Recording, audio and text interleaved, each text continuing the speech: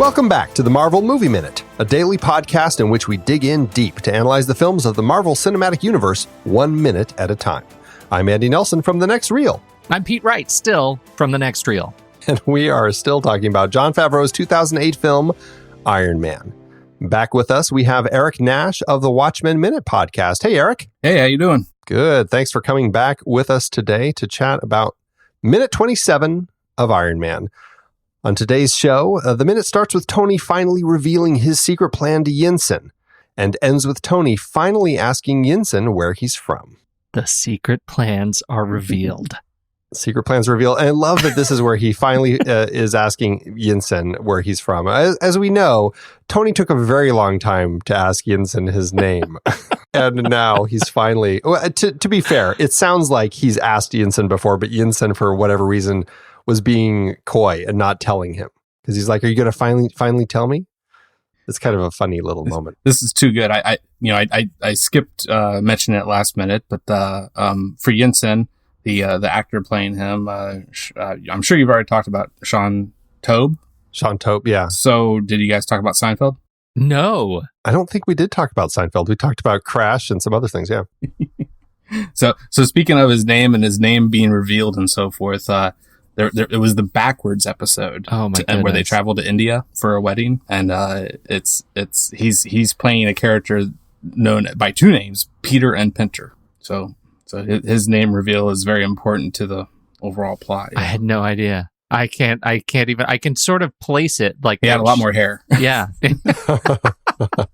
I like to imagine this is Tony kind of as it's like he's fishing Yinsen, he's like, I was going to ask him where he's from. He's going to ask him, he's finally get his name. Eventually down the road, he's going to ask him some more personally identifying information, and it's all to like take over his Amazon account. So you're really stupid. Right. That's my inner director. It totally changes this movie. But also because, okay, so speaking of controversial questions, this is the great unveiling of the Mark I.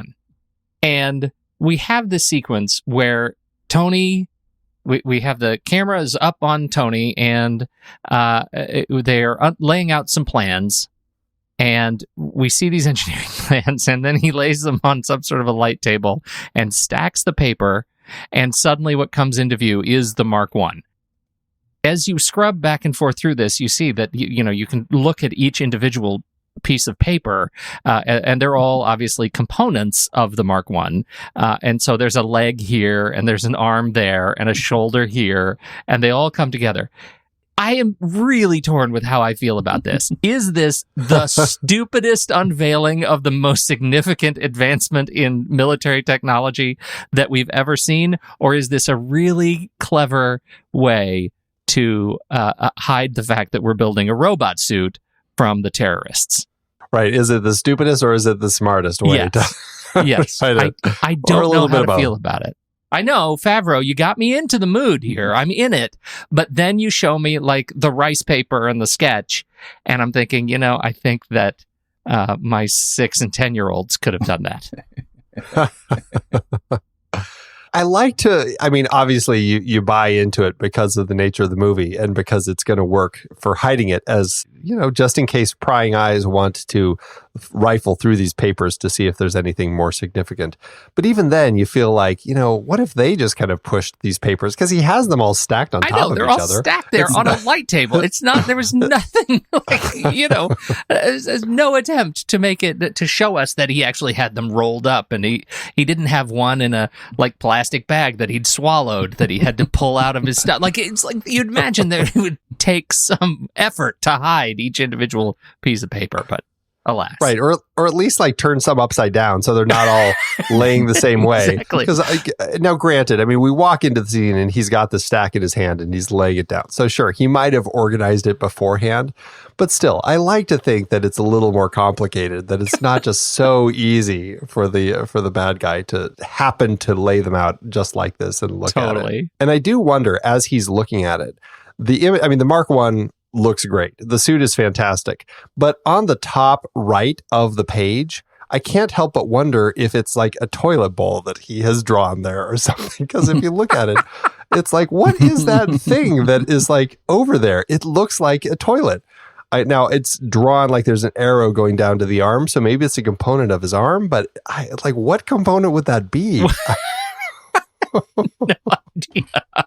And then the other arms, is that like a plunger? This is the ultimate plumbing technology, is what we're looking at. Right. Stunning. I'm going to use this to fix the plumbing here in the cave. Stunning. I would be interested to know if those. I mean, I certainly know like the top piece has the kind of some of the leg parts in it, but really, you know, and those are easily identifiable when he flattens it. But the rest of it, are they really there? What we saw a moment ago, you know, in the first few seconds. Right. How many of these pages do they actually have designed? Or is it just like, when he lays it flat, is it really just like two pieces of paper? Because it was easier for the production designers to just make it work nicely that way. Well, because you'll notice it's like the last cut to the stack is the one that includes the head. Like there's nowhere in that first cut that you could actually see the most identifiable piece, the actual face, until he smooths it all out. So I don't know. I don't know if it's one gimmick too far. It's certainly gimmick enough when you watch it 1 minute at a time. I'm sure I was not thinking this hard about it. I like to think that it's a good idea, a good way to conceal from the terrorists. Yeah, in context of the film itself, I end up buying into it really easily because it's just, you know, I don't know, it's just fun. And when you see people doing that with rice paper, and actually the way that it works so perfectly here to create the Mark I, I'm like, oh, that was a cool reveal. But yes, the more I think about it. So here's another. It's actually going back to something I was thinking about just a moment ago. For another reason, but Contact, the movie Contact. Yeah. Yep. And they're not thinking 3-dimensionally here. Where's the top and side views? Oh, you're right. You're right, Tony. I would have expected so much. Well, maybe that's what that toilet picture is on the top left. Maybe that's like a view of like what his arm is going through or something. The lighting turns orange again on the reveal. We've been blue for the horror reveal of the arc reactor in the last minute. And now we're back to a nice warm glow. And even the light table itself is not a white light, right? It's not the usual white light that you would get. So clearly this is kind of a makeshift piece, obviously, but I think we get a nice color tone change. It is nice coming off of that kind of the horror look that we had from that blue glow of the arc reactor to this. And actually, even when we finally get the arc reactor in his chest a few moments later, it's done in such an interesting way where it's not emphasizing the blue glow at all. Yeah. It's just emphasizing the fact that it's in his chest, which I think is actually a really interesting way to make that reveal. Well, you're talking about on the security camera footage? Yeah, when we're looking at the security camera. I would imagine if we were looking at it in the room with them, that they would have lit that a much bluer look to kind of emphasize that blue arc reactor light. And again, let's not forget, Yinsen would be dead. Well, let's not forget, Tony's having major surgery here. He's having a piece of hardware installed in his chest where his sternum is. I'm assuming that they have to remove his sternum and parts of his lungs maybe to put this thing in here. I honestly can't figure out exactly what they're going to have to do here to make this thing work. Maybe it's just stitched to his skin and the wires are just running inside. But even still, like, I can't figure it out. There's a can in there. There's a can in his chest. It's the shielding, right? So he doesn't give himself cancer. I think that, the way he hops up off the cot is legendary Tony Stark. Just like, okay, another day, new battery. Anyone who's gone through major surgery knows that the recovery process is not that quick. But I love that Tony has that stamina. That's right. Good for him. Right. Oh, man. And plus, I mean, this whole thing is like he's in the cave like maybe a week or two. We don't know exactly how long the period of time was from when he was first captured to when he finally revives from his surgery that Yinsen had actually done. But when he meets with the terrorists, they say, he's got about a week to live and he needs to build this Jericho missile in that time. So say it's another week. So he's here for maybe like 2 weeks or something like that. I don't know. It just, I feel like any surgery that he's having in this cave, he's very active considering what he's been going through with his body and the care that has had to be taken with it. No talk of infection. No talk of antibiotics. Don't watch. Advice to the future people: don't watch this movie 1 minute at a time. Just don't do it. We do have when Tony is done with his surgery, his little post-op moment. When we come back to it, we have clean-shaven Tony. And what's interesting about this moment, it's something that I noticed when he's playing backgammon here. There is a scripted scene between Tony and Yinsen where he is actually talking to him about the fact that Yinsen is shaving. And he's like, why are you doing this? And it's an interesting little moment because what does he say? What are you shaving for? We're almost done. This is when he's close to finishing his arc reactor. And Yinsen says to him, taking his time shaving, look like an animal and soon you'll start behaving like one. And that's right before Tony actually throws the switch and turns the arc reactor on for the first time. And then Yinsen comes over with his whole, that doesn't look like a Jericho missile.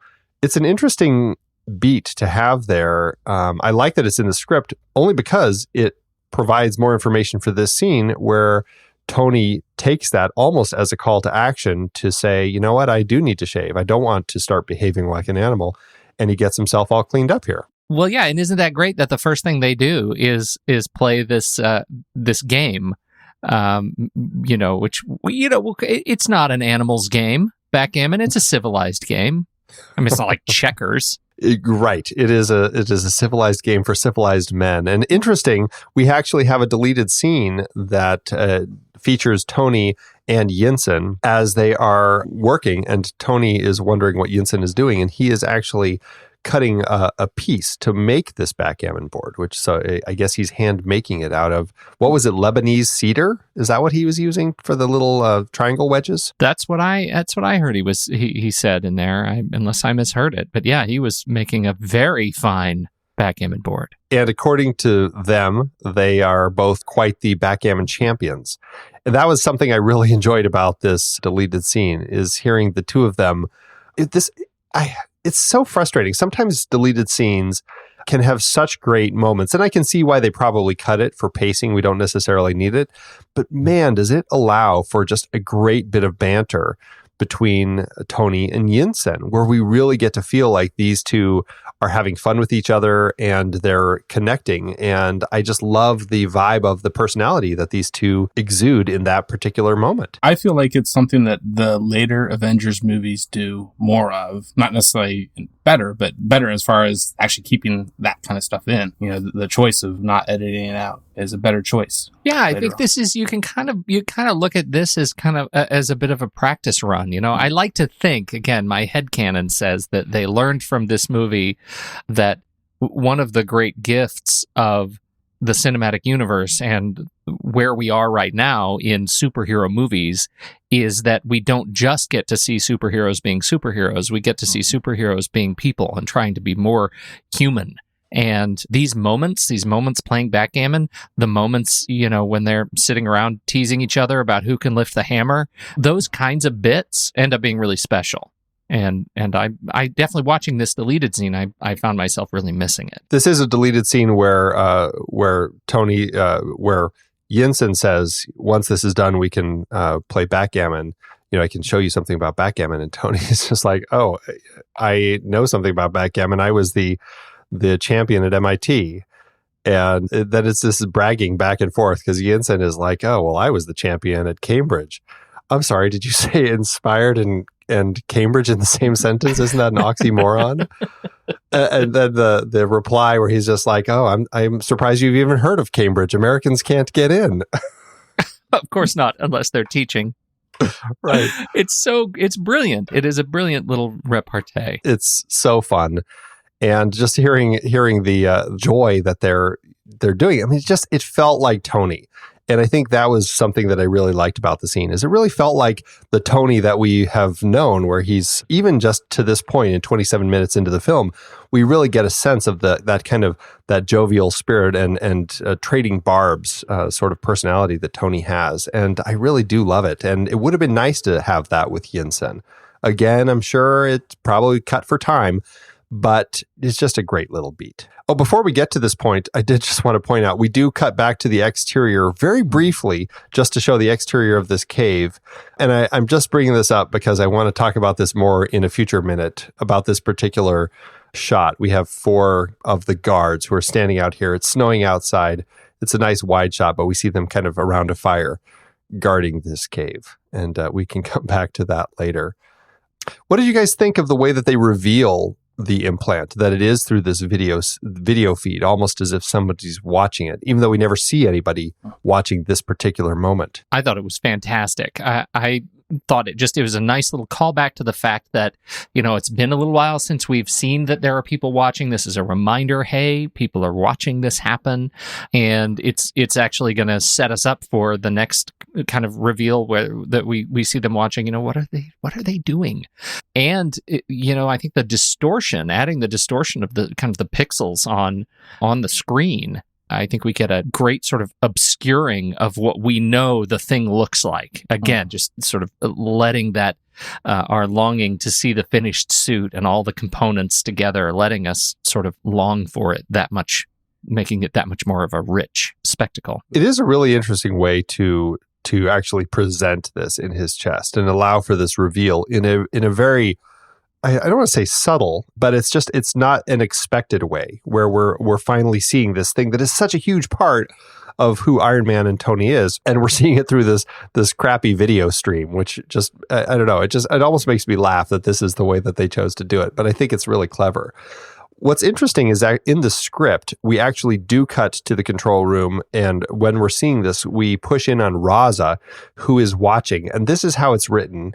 It says, Raza, watching as he spoons peanut butter from a military airdrop care package.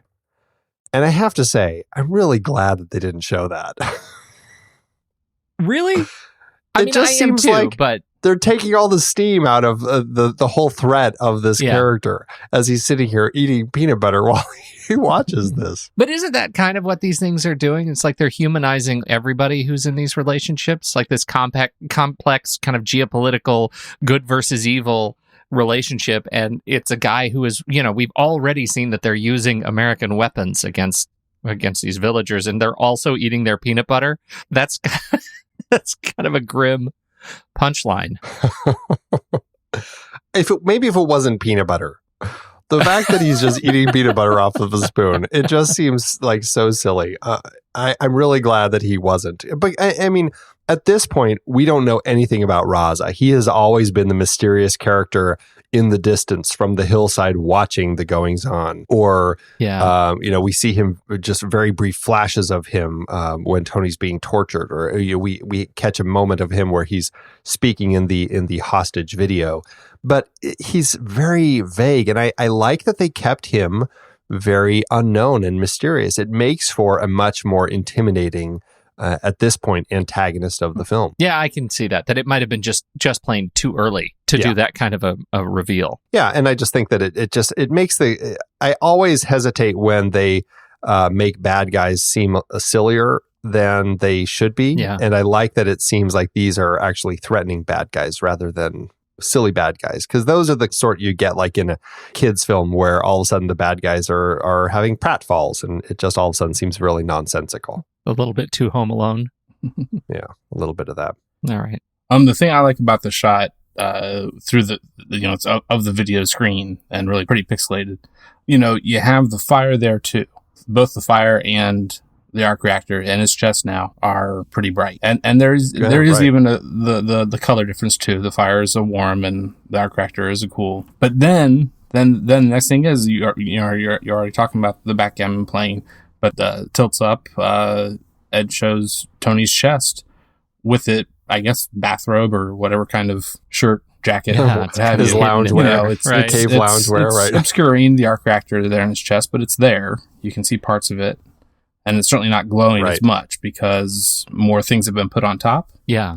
I think it's glowing through a t-shirt. It's not all totally fixed in that previous image through the camera. Well, and perhaps per our last minute, perhaps it's not cranking out quite as many gigajoules right now, so he's not generating as much heat because he's just playing backgammon. You don't need that much energy.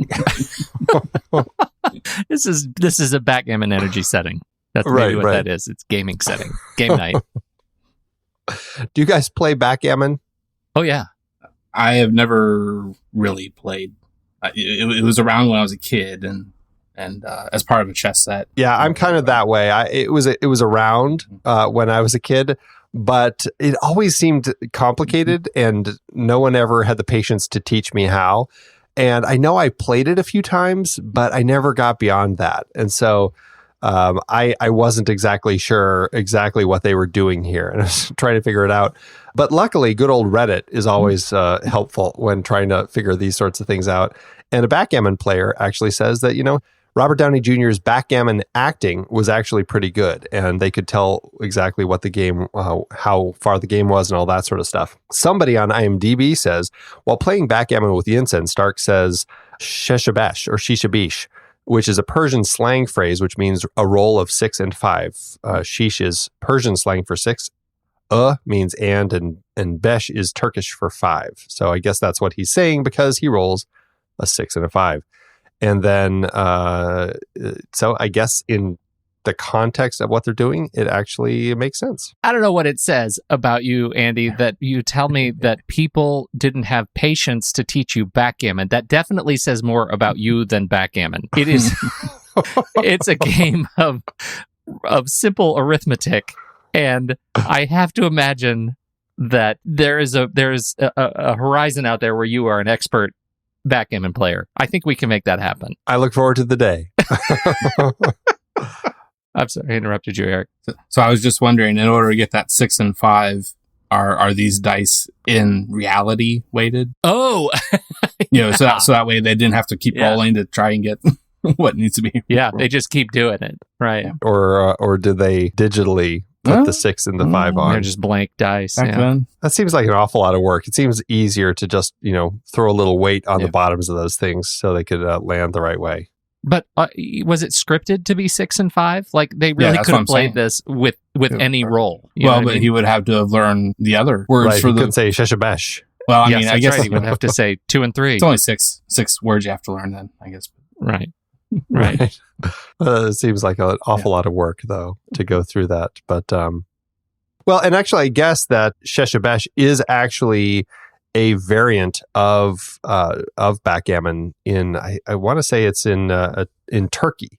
So it's actually interesting that happens to be the role that he gets because it's similar in name to this other version of the game. I need to go play me some backgammon now. You guys have made me hungry for that sweet, sweet gammon. Interestingly, there is actually a deleted scene, or I don't know if it's deleted, but they're in their script between the time when they go to Tony has the line or something very big for 15 minutes. Their eyes meet a moment and Tony says, let's put it in. And then it cuts to Raza watching them. And then it cuts to Tony's office back at Stark International. And I'll just read this real quick because it's a quick scene. Pepper enters and is surprised to see Obadiah sitting behind Tony's desk, head in his hands. Obadiah, sorry, did I startle you? Pepper, a little. He watches as Pepper swaps yesterday's unread LA Times and Wall Street Journal with today's, her little vigil. Stain rises, gazes out the windows at the vast Stark compound. Pepper comes up behind him. Obadiah, this was a bad idea. I should have never let him go over there. He starts to break down. She touches his shoulder. Pepper, hey, we've got to be strong. He's going to be okay. He composes himself and nods. And then it cuts back to the cave, and this is where we see it in his chest. And it does, in fact, say in the cave, weeks later. So who knows? It's an interesting little scene. I don't think it was needed at all. I think by compressing all of the stuff in the cave to only seeing what Tony is experiencing, I think it actually works a lot better. We don't have all those jumps back and forth with other characters. Well, I just think the real question is, does it successfully communicate that such a significant passage of time? Only in the sense of post-surgery, like when are you actually able to start moving around? That's going to take weeks. Yeah, and I almost wonder if when he's getting off the cot, like if we're to assume that wasn't him just getting the arc reactor plugged in, but maybe that was some sort of a tune-up, that he'd already had the arc reactor in and we're just jumping in to, time passing. Well, that's a good point. It feels like that would make more sense, where he's had this surgery weeks ago, and now this is Yinsen just kind of checking on it to make sure that it's working. Because, he said that it was probably only going to last for a week, but that was when it was the car battery. And now that he's got this working, sure. it's going to last a much longer period of time. So, right. Maybe that makes more sense. Well, I'm in favor of that. What else you guys got? Anything else for this minute, or are we at the end of our thoughts for minute 27? I think we're at the end. We're so close. We're perilously close. Yeah, I'm good. Yeah. We are so close. All right.